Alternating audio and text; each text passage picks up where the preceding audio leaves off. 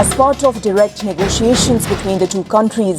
Lebanon ও ইসরায়েলের মধ্যে উত্তেজনা প্রশমনের লক্ষ্যে একটি কাঠামো চুক্তি স্বাক্ষরের একদিন পরেই দক্ষিণ লেবাননে হামলা চালিয়েছে ইসরায়েল। শুক্রবার ইসরায়েলি প্রতিরক্ষা বাহিনী জানিয়েছে তাদের সেনাদের জন্য হুমকি তৈরি করা এক ব্যক্তিকে লক্ষ্য করে ড্রোন হামলা চালানো হয়েছে। তবে হামলার বিষয়ে বিস্তারিত কোনো তথ্য প্রকাশ করেনি আইডিএফ।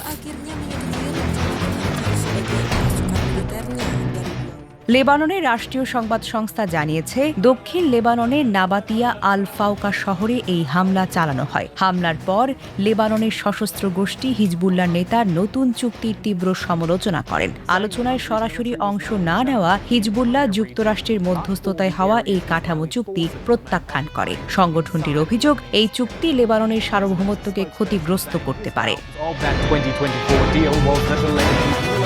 সাম্প্রতিক সংঘাতের সূত্রপাত হয় 2 মার্চ, যখন ইরানের সর্বোচ্চ নেতাকে হত্যার উদ্দেশ্যে চালানো ইসরায়েলি হামলার প্রতিশোধ হিসেবে ইরান সমর্থিত হিজবুল্লাহ ইসরায়েলে ক্ষেপণাস্ত্র হামলা চালায়। এরপর ইসরায়েল লেবাননের বিভিন্ন স্থানে বিমান হামলা এবং দক্ষিণাঞ্চলে স্থল অভিযান শুরু করে। শুক্রবার ওয়াশিংটনের স্বাক্ষরিত 4 দফা কাঠামোর আওতায় ইসরায়েল দক্ষিণ লিতানি এলাকা থেকে সেনা প্রত্যাহার করবে এবং ওই অঞ্চলের নিয়ন্ত্রণ লেবাননের সেনাবাহিনীর হাতে তুলে দেওয়া হবে। তবে চুক্তি অনুযায়ী ইসরায়েলি বাহিনীকে দক্ষিণ লেবাননের একটি বর্ধিত নিরাপত্তা এলাকায় অবস্থানের সুযোগ দেওয়া হয়েছে।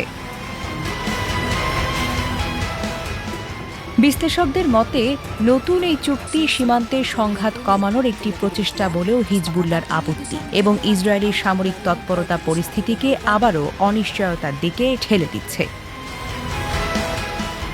Desk report, recap news.